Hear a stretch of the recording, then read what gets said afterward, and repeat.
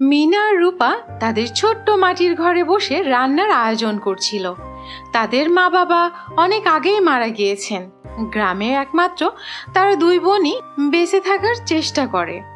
তাদের একে অপরের প্রতি ভালোবাসা ছিল অনেক বেশি।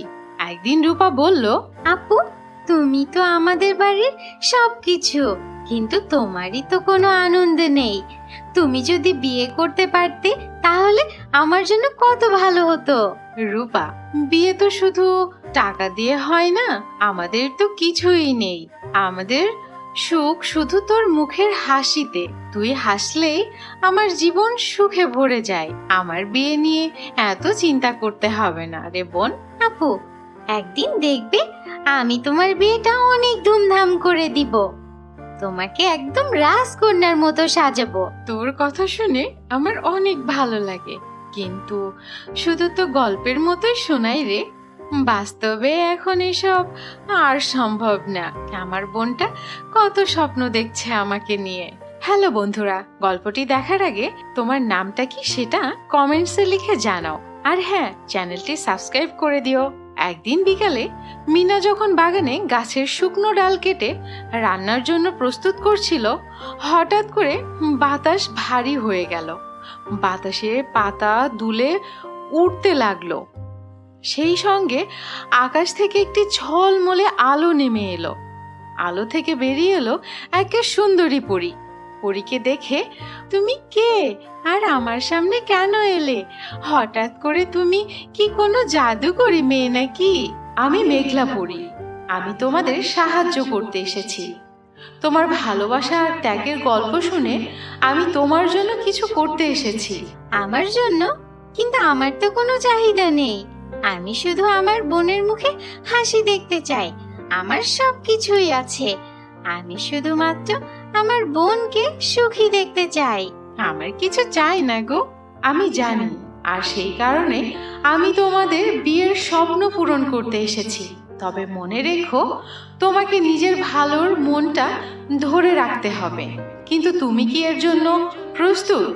আমাকে সেটা বলো। আমার যদি সত্যি বিয়ের জন্য কোনো ব্যবস্থা করা যায় তাহলে আমি অবশ্যই প্রস্তুত। তবে আমার বোনকেও এই আনন্দের অংশ করতে হবে। এটাই আমার জন্য যথেষ্ট। আমি আর কিছুই চাই না। এসব শুনে পরদিন সকালে মেঘলা পরী আবার মিনার কাছে এসে বসলো। তোমার বিয়েতে সবার চোখ তোমার উপরে থাকবে। আমি তোমার জন্য একটা সুন্দর লেহেঙ্গা বানিয়েছি। বুঝতে পেরেছো? পরী তার জাদুর কাঠি মাটিতে একটি অঙ্গন করলো এবং সেই অঙ্গনের মাঝখান থেকে রূপালী ঝলক দেখা গেল। এবং সেই মুহূর্তেই সেখান থেকে একটা রাজকীয় লেহেঙ্গা হাজির হলো। এসব দেখে রূপা অবাক হয়ে গেল। আপু, এটা একেবারে রাজকন্যার মতো। এমন লেহেঙ্গা তো আমি জীবনেও দেখিনি। কত সুন্দর লেহেঙ্গা! হ্যাঁ, এটা তো সত্যি অনেক সুন্দর। এটা কি সত্যি আমার জন্য এনেছো? তুমি এত সুন্দর লেহেঙ্গা এনেছো আমার জন্য। সকল স্বপ্ন আমি পূরণ করে দিব। এই জন্যই তো আমি তোমার কাছে এসেছি। বিয়ের প্রস্তুতি শুরু হয়ে গেল। রূপা আর রনি মিলে গ্রামের খবর ছড়িয়ে দিল মিনার বিয়ে, আর সেটা খুব ধুমধাম করে হবে। গ্রামের সব লোকজন শুনে অবাক হয়ে গেল। তারা সবাই সাহায্যের জন্য এগিয়ে এলো। কেউ মিষ্টি বানাতে লাগলো, কেউ ঘর সাজাতে লাগলো। মিনা প্রথমে এত আয়োজন দেখে লজ্জা পেল। আমি তো কিছুই বুঝতে পারছি না, এত আয়োজন আমি কিভাবে মেনে নিব? আপু, তুমি আমাদের সবার জন্য যা করেছো এটাই তার প্রতিদান। তুমি আমার লক্ষ্মী বোন। তোমার জন্য তো এগুলো কিছুই না। থাক, তোর আর এত প্রশংসা করতে হবে না রে। এত সুখ আমার আর সহ্য করতে পারছি না। আমি জীবনে এরকম কোনো কিছু কল্পনা করিনি রে বোন। এমন সময় সেখানে সোনাপরি এসে পড়লো। সোনাপরি এসে মেঘলা পরীকে বলল, মেঘলা, তোমার সাহায্যের প্রয়োজন হলে আমাকে অবশ্যই ডাকবে। আমি এখানে এসেছি যেন কোনো কিছুর ঘাটতি না হয়। তুমি যেন একটা কাজও ভুল না করো, সকল কাজ সঠিকভাবে সম্পূর্ণ করতে পারো। হ্যাঁ, আমি বুঝতে পেরেছি। তোমাকে অনেক অনেক ধন্যবাদ এখানে আসার জন্য। আমি যথেষ্ট চেষ্টা করছি মেঘলাপরি ও সোনাপরি মিলে বিয়ের মঞ্চ বানিয়ে দিল। সেই মঞ্চ এত রঙিন হলো এবং এত সুন্দর ছিল যে সবাই তাকিয়ে থাকতে লাগলো। মেঘলাপরি তার জাদু দিয়ে পুরো বাড়িটা সোনালি পরি এই আলোয় মুড়িয়ে দিল। মিনার লেহেঙ্গা পরে যখন বের হলো সবাই তখন তাকিয়ে রইল। মিনাকে একেবারে রাজকন্যার মতো লাগছে। লোকজন বলাবলি করছিল, আমরা তো এত কিছু কখনো আগে দেখিনি। বিয়ের আয়োজন শুরু হলো। রূপা এত খুশি যে চারিদিকে দৌড়ে বেড়াচ্ছে। আপু, তোমার এই দিনটা শুধু তোমার জন্য না, আমার জন্য অনেক আনন্দের। তোমাকে রাজকন্যার মতো লাগছে। আমি যেন স্বপ্নে কল্পনা করছি। ঠিক আমি স্বপ্নে যেমন দেখেছিলাম তোমাকে এখন না তেমনই লাগছে, আরো বেশি সুন্দর লাগছে। তুমি কি মিষ্টি আপু দেখতে। গ্রামের বাচ্চারা সেখানে নাচতে লাগলো। বড়রা সবাই মিলে একসঙ্গে গান গাইলো। পুরো পরিবেশটা যেন একে স্বপ্নপুরীর মতো হয়ে উঠল। বিয়ের অনুষ্ঠান শেষে মেঘলাপরি আর সোনালীপরি মিনাকে বলল, তোমার মতো এত ভালো মানুষরা দুনিয়াতে সুন্দর করে তুলে সব সময়। নিজের ভালো মনটা ধরে রেখো মিনা, তুমি খুবই ভালো মনের একজন মানুষ। এজন্যই তোমার জন্য এত কিছু করা। আপনারা না থাকলে আমি এত কিছু কখনোই পেতাম না। আমি কখনো কল্পনাও করতে পারিনি যে আমার আজকে এত সুন্দর দিন আমার জীবনে আসবে। আমি আজীবন আপনাদের জন্য কৃতজ্ঞ থাকব। আপনি পুরো গ্রামবাসীকে খুশি করে দিয়েছেন এবং আমার বোনের স্বপ্ন পূরণ করেছেন। আমি জীবনে কল্পনা করিনি যা বাস্তবে আমাকে করে দেখিয়েছেন। মিনা, তুমি এসব প্রাপ্য। তুমি একটা লক্ষ্মী মেয়ে। ছোটবেলা থেকে তোমার বোনকে অনেক ভালো রেখেছো, কিন্তু তুমি নিজের কথা কখনো ভাবনি। তুমি তোমার বোনকে মেয়ের মতো করে বড় করেছো। এমন তোমাদের মতো এই গ্রামে আর একটিও নেই। গ্রামে সবাই মিলে আনন্দে দিনটি উদযাপন করলো। মিনা আর রূপা জীবনের এই নতুন অধ্যায় শুরু করলো। বন্ধুরা, তোমরা যদি নিজের বিয়েতে এমন কোনো জাদুর সাহায্য পেতে তাহলে কি কি করতে চাইতে কমেন্টে লিখে জানাও। গল্পটি যদি ভালো লেগে থাকে তাহলে অবশ্যই আমাদের চ্যানেলটিকে সাবস্ক্রাইব করো। অনেক দিন আগের কথা, শান্তিপুর নামে একটি গ্রামে নীলা ও সোহা নামে দুই সৎ বোন বাস করত। ওরা সৎ বোন হলেও পরস্পরের প্রতি ছিল ওদের অসীম ভালোবাসা। ওদের বাবা দ্বিতীয় বিয়ে করেছিলেন, কিন্তু একটি দুর্ঘটনায় সোহার মা মারা যায়। তার কিছুদিন পরেই ওদের বাবারও রোগে আক্রান্ত হয়ে যায়। এই পৃথিবীতে ওদের আর কেউ ছিল না, তাই ওরা একে অপরকে আঁকড়ে বেঁচে থাকার চেষ্টা করত। নীলা ও সোহা পরের বাড়িতে কাজ করে যে কয়টা টাকা পেত তা দিয়ে তাদের পড়াশোনার খরচ চালাতো। তারা বিশ্বাস করত পড়ালেখা না করলে ভবিষ্যতে কিছুই করা সম্ভব না, তাই যতই কষ্ট হোক তারা লেখাপড়া চালিয়ে যাচ্ছিল। একদিন সকালে নীলা বলল, সোহা, আজ আমাদের মালা আপার বাড়িতে অনেক কাজ আছে। আজ মালা আপার মেয়ের জন্মদিন, তাই খুব ব্যস্ত থাকবো। আজকে বাড়িতে অনেক কাজ থাকবে। আমার ফিরতে ফিরতে বোধহয় সন্ধ্যা হয়ে যাবে। হ্যাঁ দিদি, এ সমস্যা নেই। তুমি কাজ শেষ করে বাড়িতে ফিরতে সন্ধ্যা হলেও সমস্যা নেই। আমাদের তো কাল ছুটি। এই বলে ওরা দ্রুত মালা আপাদের বাড়ির দিকে রওনা হলো। সেখানে সবাই নতুন কাপড় চোপড় পরে আনন্দ করছিল। বড় একটা কেক সাজিয়ে রাখা হয়েছিল। মালা আপার মেয়ে লাল রঙের একটি লেহেঙ্গা পরে আনন্দের সাথে সবার সাথে ঘোরাঘুরি করছিল।